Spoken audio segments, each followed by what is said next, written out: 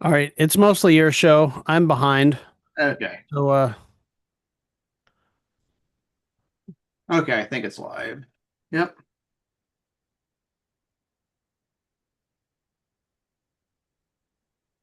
All right, I'm just trying to think over just to kind of go over the framework of this chapter of this section a bit.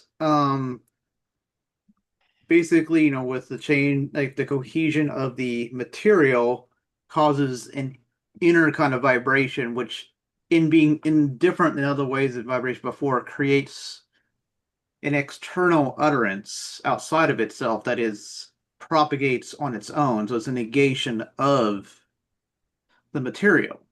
And so, in a sense, because it's also in this propagation, not only does it movement, it can carry certain information outside of the material itself. Therefore, that makes it more of there's an ideal with that because it's something interpreted on top of the senses rather than just purely by the senses.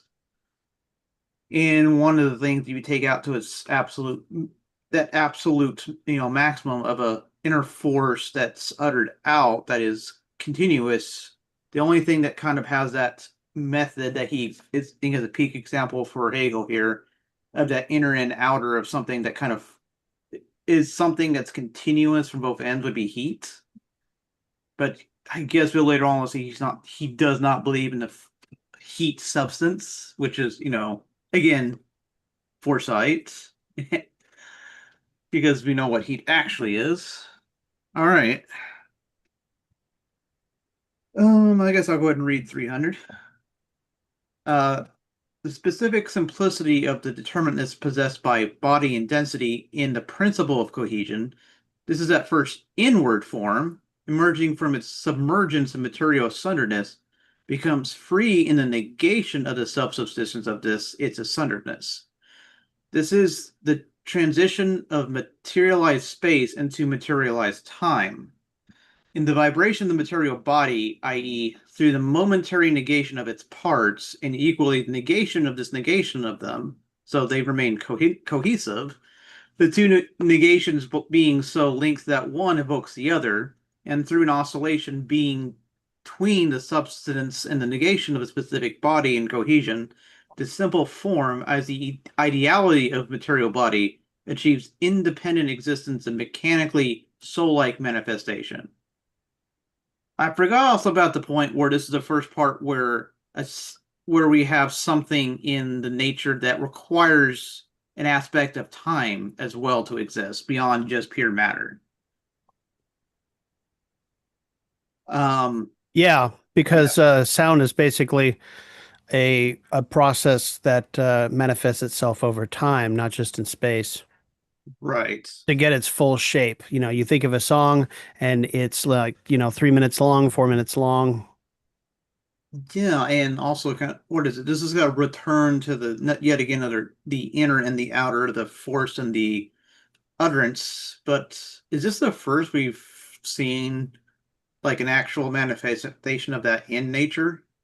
I think because mass itself wasn't really a force and utterance. It was just, kind of the tendency toward accretion and separation, propulsion and attraction. I'm not sure. I think this really is the first force and utterance of this, which makes sense. This is the essence equivalent. Well, if you think about it, light itself is an utterance, Hmm. like the sun utters light, photons, and we can measure them and we can see how far they've traveled, so on and so forth. And so sound is sound is really a manifestation also of a planetary environment that has an atmosphere that can sustain the Right. vibration to where it becomes Okay. what we call Gravity. sound itself, as opposed to something that's much more ephemeral like light, which doesn't need an atmosphere. It just needs a medium, which is space, Yeah, for that's example. So, interesting. So we go from like the three different forms of force. Like we start with the gravity. Well, force, being as we know it through Hegel. yeah. Gravity, which is the most basic, just attraction, repulsion of creating mass. Yep. And like you said, light, which is an utterance of some form of energy, I guess, in and of itself, not really, Right. else. An energetic relation, like the fusion of hydrogen and helium atoms, and it So utters light. it needs matter to exist in the first place, and that's Yeah. it. And then we go through everything else, and now we got something that requires an actual medium to exist. And the medium requires both the moon property and the cometary property Yeah. that both manifest Both, themselves in planets with atmospheres. yeah, yeah, both a rocky body to have mass, and then it being have enough gravity to hold on to an atmosphere. Now, I sound itself, if you get into like the nitty-gritty, Yeah. lots of things in the universe, probably everything in the universe emits something that we could call sound if it hit an atmosphere, but that was unhearable, say, with no atmosphere. Um, you know, like I don't even know exactly what the process is, but we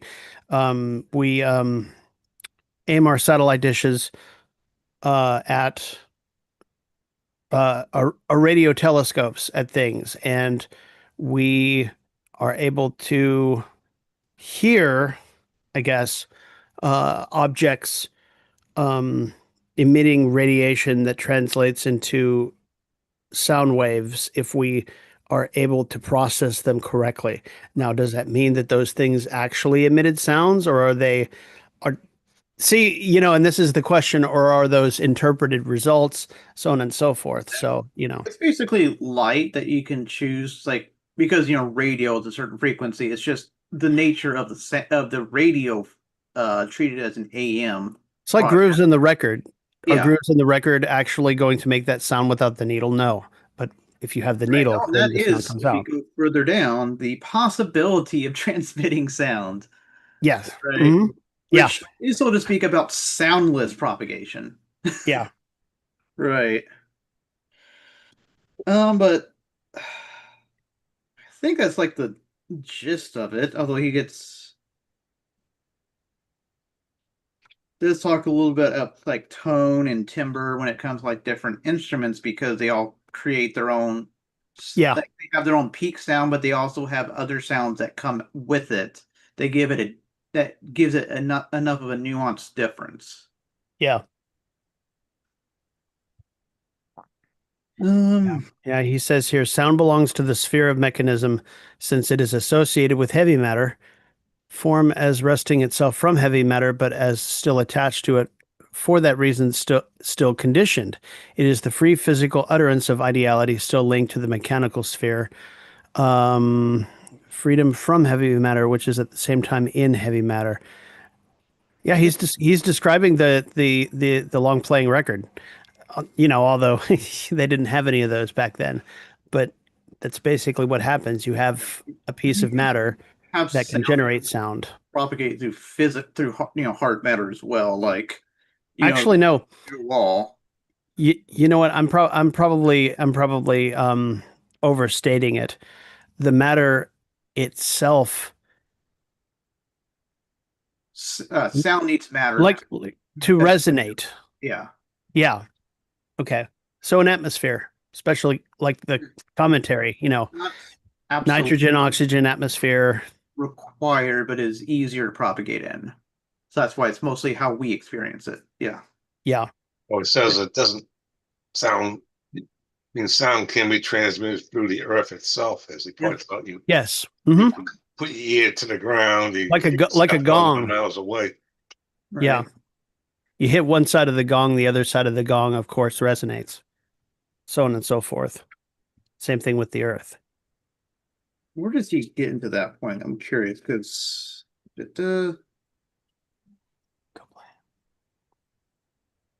oh, I think he only gets to that later. Um, Mhm.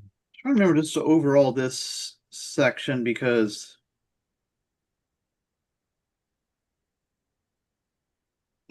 I guess did get a little bit into kind of the science of his time on sound.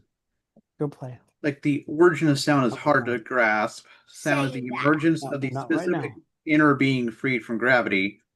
It is the plaint of the ideal in the midst of violence.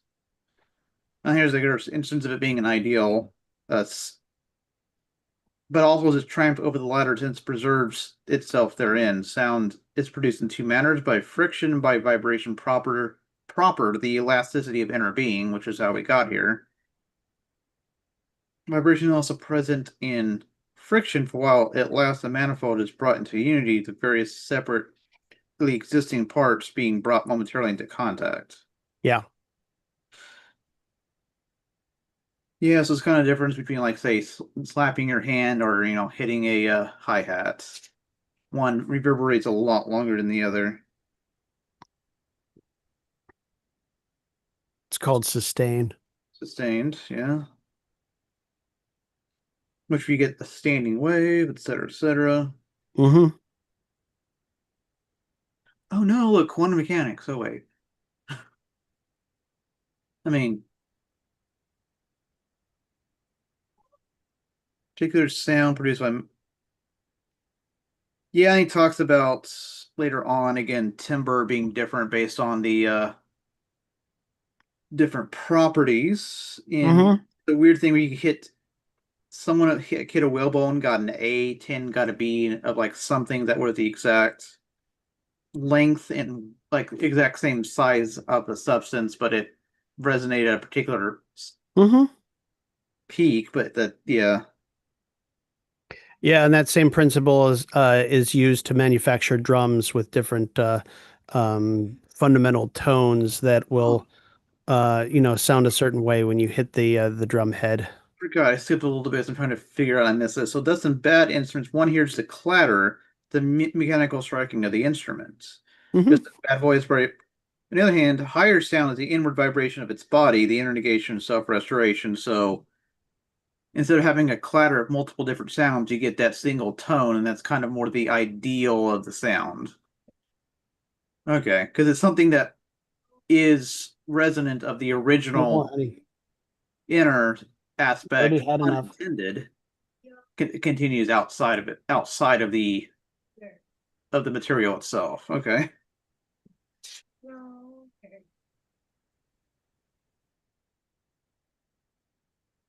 Oh, and he makes a joke here about empty heads that actually sound more hollow. Yeah.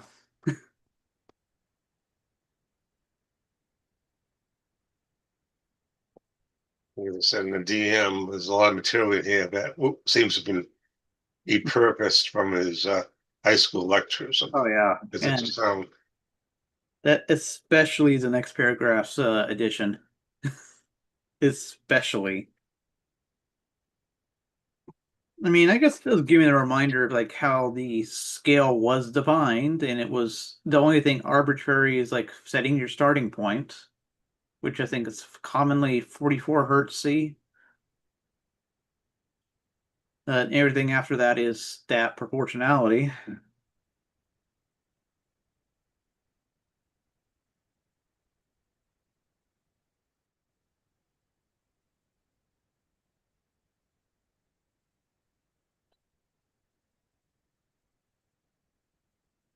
Boss research shows that only air, but all other bodies transmit sound.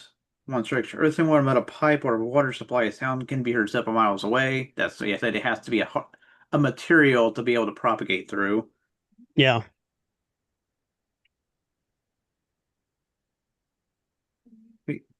This transmission is not really, it said it shows complete untenability of the sound matter postulated by physicists, which is thought to move rapidly through the pores of bodies.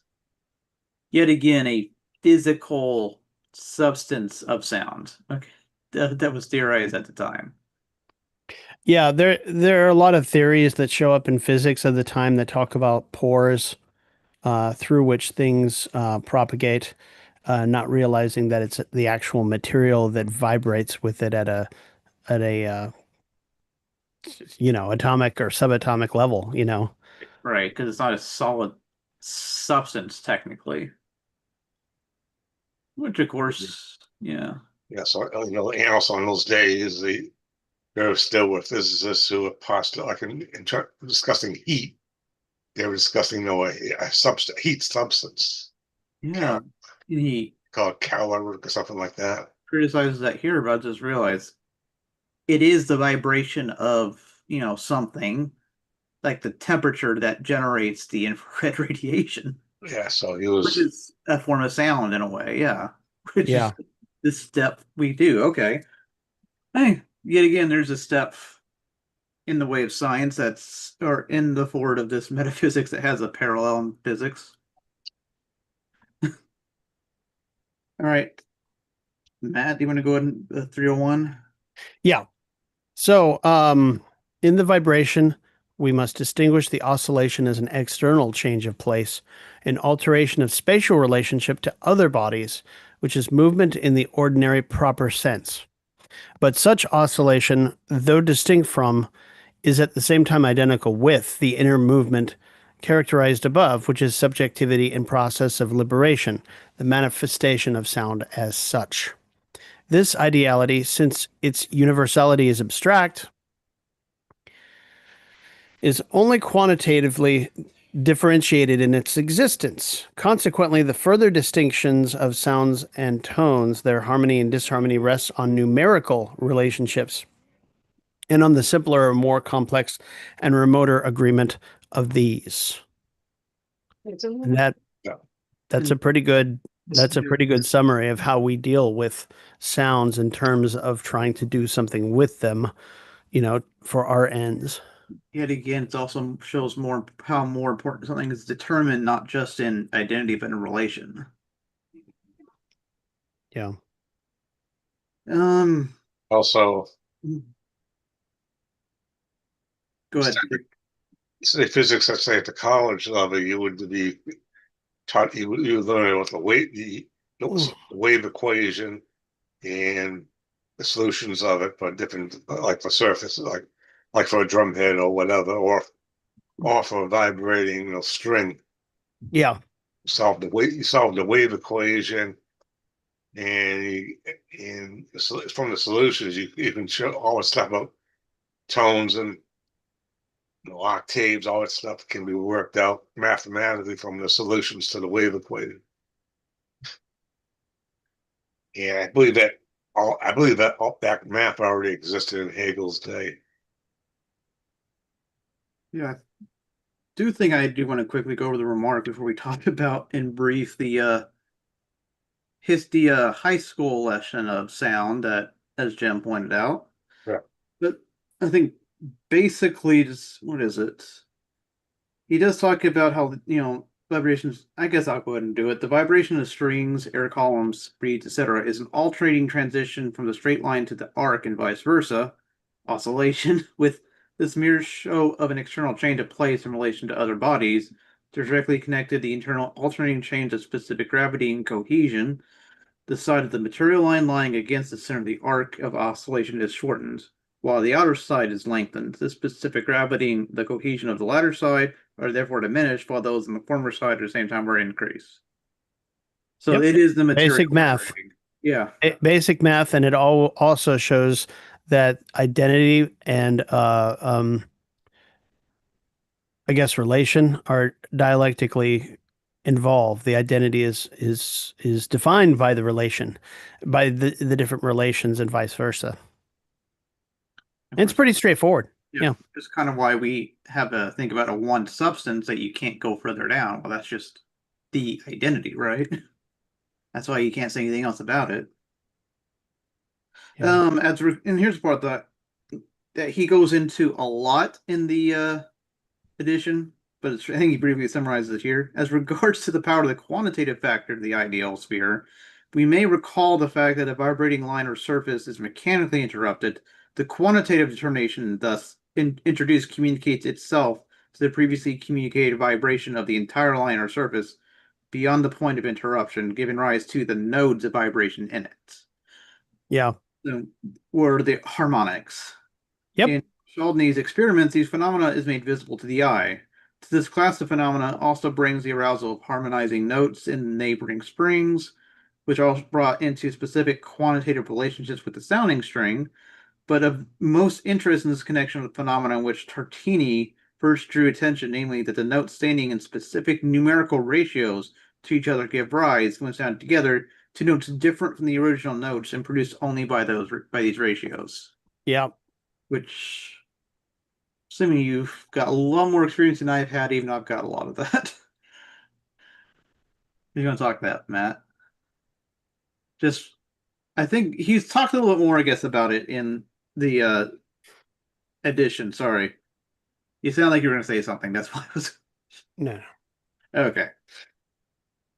But like basically, kind of defining where there a lot of notes seem to be based off ratios of like the length of strings, which is where Pythagoras got his sort of conception that math underlies reality, but did so in a very like counting number way.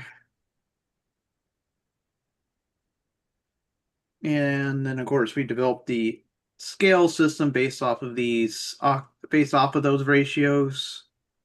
That I forgot. Like, you have to have one arbitrary starting point, and everything else is defined after that. Yeah, harmonizing notes to in neighboring strings. I mean, he's talking about chords, Right. which, you play a C chord like C E G, that's going to sound differently than just playing the root, and they bear a relationship to each other, of course, direct relation, but also, it when it's harmonized, one with the three with the five, it sounds differently. Jazz is actually really, really founded on this idea of taking certain seventh, ninth, 11th, 13th chords that harmonize all the way up to the next octave or the octaves down to be able to create uh, to to create feeling that goes much beyond just you know the primary notes, I guess you could say. In fact, um, the connective tissue of any chord is the third and the seventh. If you know anything about music theory, and if you take the third and the seventh and transpose them up or down to different octaves to where they're like 11th, 13th, 15th, you kind of see what I mean, how it shifts how they sound, how they feel, that kind of thing. And so produce, like he says here, um, when sounded together to notes different from the original notes and produced only by these ratios. So there you go.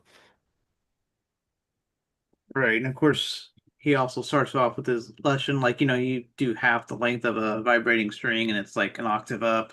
Yep. But then you do two-thirds, it's uh shorter gives out a fifth of the longer string, and then three-fourths gives a fourth, etc. Hmm.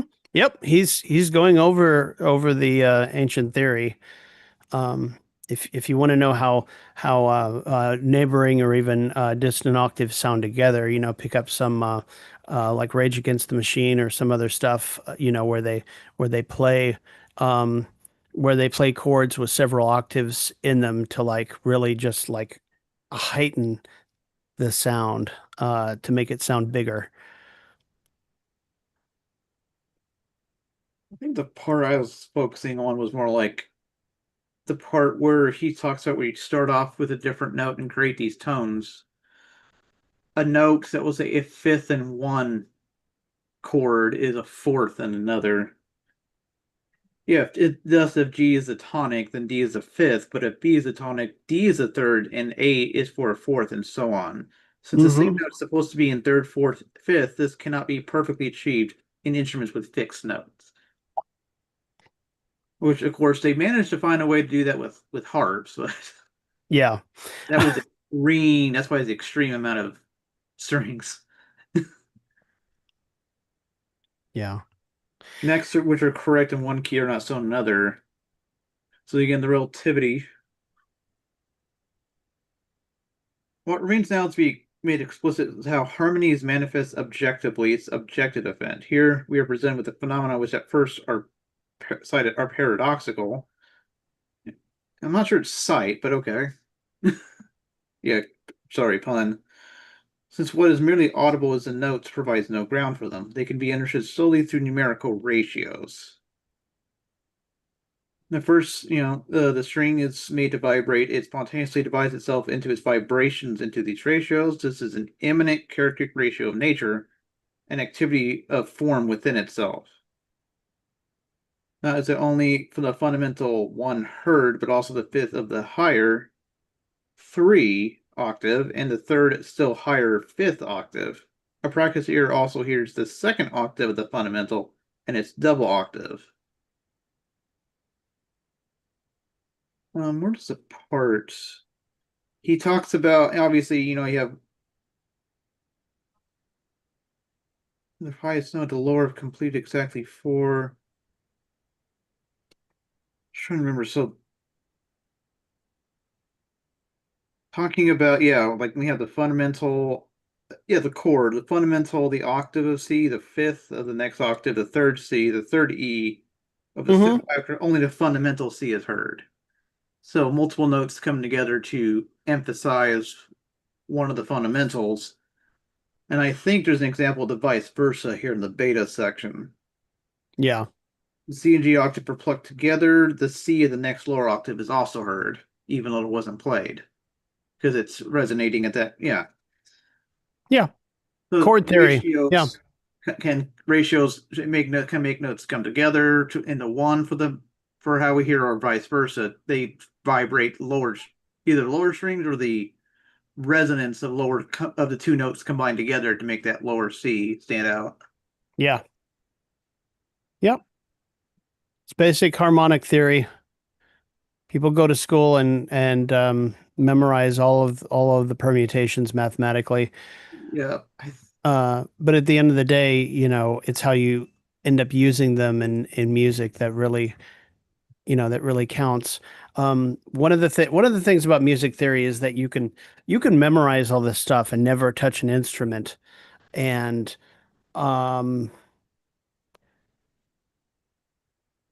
it remains an ideality. To actually like connect with it, you need to pick up the instrument or at least, you know, be able to do a proper analysis of a song, a real sound to to be able to show the relationships in real time. It's one of those, you know, it's one of those dialectical moments of material and ideal that have to come together in order to make a complete Right. picture, I guess you could say. Right. That's what he says here at the very last paragraph. Oh, is it? Is it Yeah. really? You're Yeah. kidding. Okay. All right. So here Where? the paragraph starts. There you go. If harmony, there you go. If harmony is considered only from the standpoint of hearing and no attention is paid to numerical relationships, it is quite impossible to account for the fact that notes heard simultaneously are heard as one note, though they are separate and distinct notes. In harmony, therefore, we must not limit ourselves to mere hearing, but must learn to know the objective determinations of sounds. Further details of the subject are a matter of physics and musical theory. But what has been said in place here so far, musical tone is this ideality in the sphere of mechanics, and the determinateness of the sound must therefore be grasped as a mechanical one, and the precise nature of this mechanical determinateness must be apprehended. Yep. Wow. Okay. Seriously. Once again, Hegel strikes. I start, talking extemporaneously and find he's already beaten me to it over 200 years ago. Yeah, So there you but it's go. like you're reading the logical progression and hitting it right as he is, Yeah. right? Hmm. That's how this works. It's how it's worked from day one. So if the audience is like, wait, have you read this? No, I didn't read this last paragraph. I'm a bit behind, but yeah, you get into it, and I guess the point I'm trying to make is, uh, part of the point in reading Hegel is to think through it and struggle through the meaning of the text, because at the end of the day, once you get it, Hegel provides you with the answer sheet, but just reading the answer sheet isn't going to teach you anything about how to think in this way, to see the world in motion, the complete world in motion. You have to think it through. It's hard work, but it's well worth it. There is no royal road to science.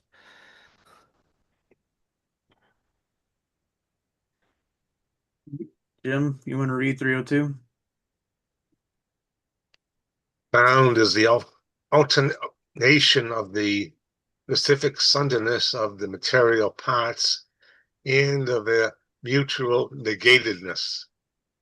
It is only the abstract, or so to say, the only ideality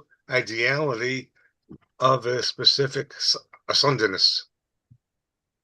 But this alternation is thus itself directly the negation of the material specific subsistence.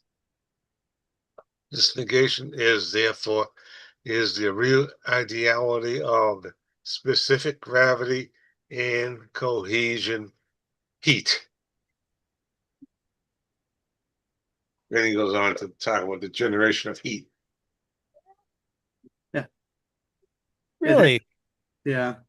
And then we get the heat. That's interesting because like when I learned about heat in physics class, they played videos for us or showed pictures of, say, a medium, like say water, and showed us the atoms and how they started vibrating, and that is a pictorial representation of heat. And if you think about sound being equally vibration of atoms in the atmosphere, that travel to our ears, it's kind of the same thing. So heat and sound are definitely related in Right. exactly the way he describes here. Yeah. It's kind of funny as that way because, of course, this vibration, at least at this heat temperature, is what generates light as well, which is in the infrared. But Yeah. yeah, heat originates sound of its notion. But it is interesting. I think this is like a punctuation more into the matter of matter itself because it also can lead to its sunderness or its negation, right? Fire burning through a piece of wood, converting it back to carbon and carbon dioxide Hmm. behind nothing. Um, I guess I'll read it just so as we go over it in the addition. The inwardness which reveals itself in sound is itself materialized. It dominates matter and acquires its sensuous existence in that matter is subjected to violence. Because this inwardness as sound is only a conditioned individuality, not yet a real totality, its self-preservation is a conditioned individual. Oh, it is only one aspect of its being. The other is the fact that the matter pervaded by this inwardness is also destructible. With this convulsion of body within itself, there occurs not merely an ideal sublation of matter, but a real sublation of it by heat. Instead of Yeah. the body displaying itself specifically as preserving itself, it is now manifest rather as negating itself. The reciprocity of its cohesion within itself is at the same time a positing of the opposite of cohesion, a incipient sublation of its rigidity, and this precisely is heat. Sound and heat are thus directly related. Heat is well, that's a bad scan, is the consummation of sound, the manifestation in matter of matter's negativity. Sound itself can even shatter or fuse an object. In fact, a glass can be shattered by a sharp cry. To picture thinking, sound and heat are widely separated phenomena, and it may seem odd to associate them in this way. But if, for example, a bell is struck that gets hot, and this heat is not external to it, but results from his own inner vibrations, not only the musician gets warm, but his instruments also do also. All right. So yeah, I guess not only do they make sense in the way they are vibrations leading to affect matter, they also tend to, when sound gets produced, heat tends to get produced too because of the vibration of matter.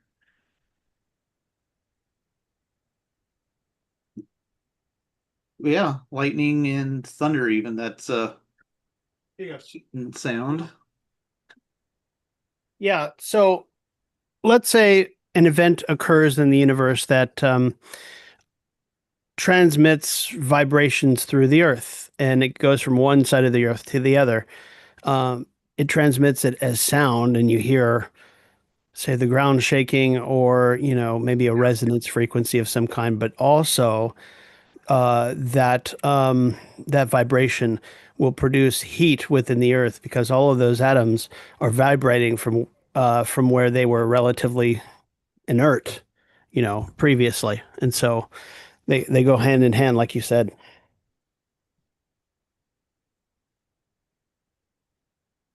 Or Yeah, like the gong, if you hit the gong regularly so many times, the gong is eventually going to heat up. So not only does it produce the sound, but it will also get, you know, warm to the touch. but yeah, yet again, this is the using this the metaphysical basics to describe and relate things actually foresees the actual relationship. Yeah. But Well, no, it isn't so much foreseeing the relationship as breaking it down from its most basic properties and sort of building it up different as way. relate as completely internally related. So it's just Yeah. like the logic, only, you know, at this point we're talking about, both the ideality and the materiality sort of coming together in nature. All right. No, it's just sort of I'm guessing that's a good way to put it. I'm not it's no, I'm not. I mean by foresee, I mean in a more like necessity sense, rather than kind of he gets unstuck, Yes. picture thinking of his time. Yeah, And see these connections, which later prove fruitful later in physics. absolutely. And then there's On Hegel, the cutting edge of the physics of the yeah, day. basically. As he had the 18th century, he had, like you mentioned, this theory of sound substance. I think it was an 18th century idea. And he had been the idea of a heat is a substance, which was another 18th century theory. And Hegel was saying he was having none of that. Yeah. So he was on the cutting edge. And a little bit after Hegel's day, Maxwell developed the theory of heat as vibrations of molecules and atoms. Comes a little bit after Hegel's time, but not too far afterwards. Yeah. In terms of philosophy, Hegel is having to rebuild a lot in his era. As he already said in some of his previous books, but in terms of the like common knowledge and or scientific knowledge, by itself, it was actually quite advanced enough to be able to like reassert what used to be, a better theory of knowledge than he had available to him in his day, as a bequeathment from the medieval era, which was basically trash and dogma at that point. You know, it, yeah, I guess in a way, like Kant was fighting against the external theology of his time. With logic, yeah, Hegel was fighting some of the similar legacies. yeah. I've heard folks, like Harrison, for instance, talk about how Kant was a mistake, but I gotta say, Kant, I think was probably I think Kant was swimming against a river current in his era that was flowing so much faster, and so he could only go a certain distance, and it really took Hegel and Hegel's ability to sort of like cloister himself a little bit, in his early years to be able to stop and just see what um, see what you can do with this stuff without being mastered by the material. Mastering the material required you to sort of step out, and I think that's reflected in Hegel's biography too, of being able to recognize, I think, when he needed to take himself out of that environment where you, That's you know also like since I'm in Kant, I don't know how much of it was. I need to read more for Kant on that. But I don't know how much of me it was too. Yeah, that, or how much of it was kind of he had an idea of kind of God needs to be here, so I'm trying to put it together and can't get it yet. Because I'm yeah. just reminded of Trotsky, a quote from Trotsky that I read earlier this week in History of the Russian Revolution was a bold imagination lives in the same school with a slavish adherence to trite images. Audacious flights reconcile themselves with crude prejudice, and using Newton discovered the law of gravitation and believed in the apocalypse. Yeah, see, this is another argument for the audience who might not be familiar. This is another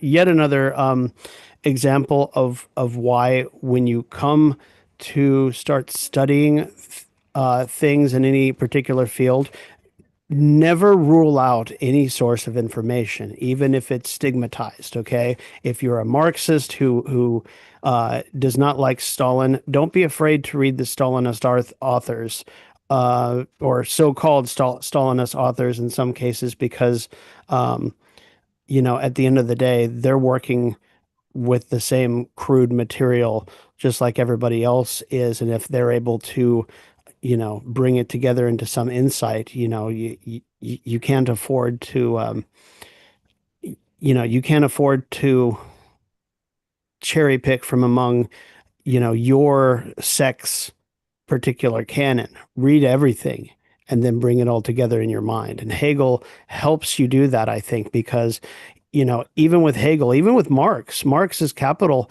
was constructed from material that was both good scientific work on economics as well as terrible. He cited Malthus, who was a terrible, terrible source on economics and sociology, and yet he was able to use some of that negative material to be able to shape his own theories and his own dialectic of capital. So there you go. Yeah. Don't bracket anything out. I mean, even if you want to, like, yeah, everything that has a modicum of truth to it, whether or not that's a great or to a minor degree, because Oh, sometimes you can learn from the fault of someone yeah. else. Now, now with the caveat that, Yeah. as a Marxist, definitely read Nietzsche, but also realize that Nietzsche is a study in what not to do with philosophy, you know, uh, just as an example. And I think Doug Green does a great job in well, not only Doug, but also Harrison and Landon, and also going back to uh, uh, Domenico Lacerdo in his mammoth study on Nietzsche and his work. Really bring a lot of this out in their own later work. So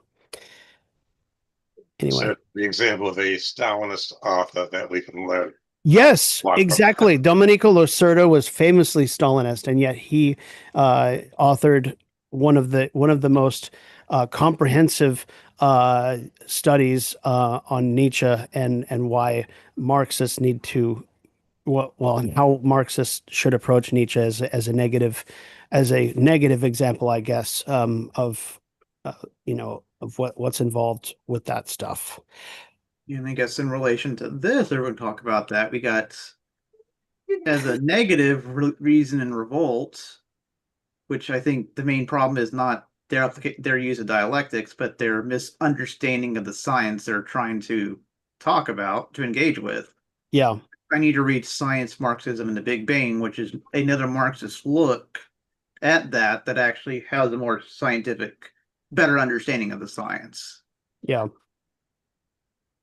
Yeah, there's a lot to read out there, and everybody should eventually get familiar with a lot of it. There's a lot of good scientific literature that's also Marxist. There's uh I think his name is Bernal, but there's also Helena Sheehan wrote a fabulous book on Marxism and the philosophy of science. Ah, this one from Verso uh is one suggestion.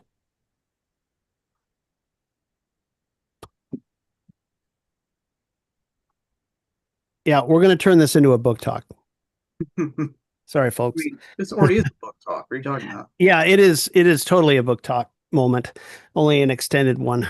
We don't just play it for a minute, we play it for an hour. Most weeks. Oh yeah, that's right. I forgot. I was gonna. You haven't been going back to like the brief summary that Holgate is doing over this. Yeah, go ahead. Elasticity of the body's reassertion of itself against the external negation. It suffers from another body, and it can thus be understood as negation of that negation. In such double negating, the body's material parts are compressed and then rebound in the process, Hegel contends they cease simply to lie outside one another and become ideal moments of the body's changing density. You're talking about the kind of the ideal for Hegel does not lack being, but lacks independence, and so is simply a moment of a process or a unity. In gravitational motion, heavy matter sought such ideality, sought to be a unity of moments. But in elasticity, the latter now comes into explicit existence in such matter. Ideality becomes further explicit in the emission of sound. A body that resonates, oscillates internally. In the process, however, its ideality or its inward form does not remain submerged in the body, but becomes free and acquires independent existence in the sound that the body emits. Since sound detaches itself from its material source, Hegel calls it the ideal ideality of a body. The further explicit idealization of the material body or the lateral identity then takes the form of heat. Which, to look forward, Hegel thus understands the latter to be simply the internal activity or motion of the body that causes it to expand and leads eventually to its dissolution through melting, evaporation, or igniting. And he rejects the contemporary idea that heat is produced by an independent heat matter or caloric.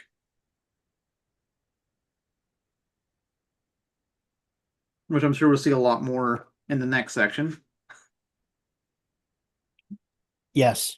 But yeah, like that's like, oh yeah, that's pretty much what I got out of this. It's good to see that Holgate's summary matches.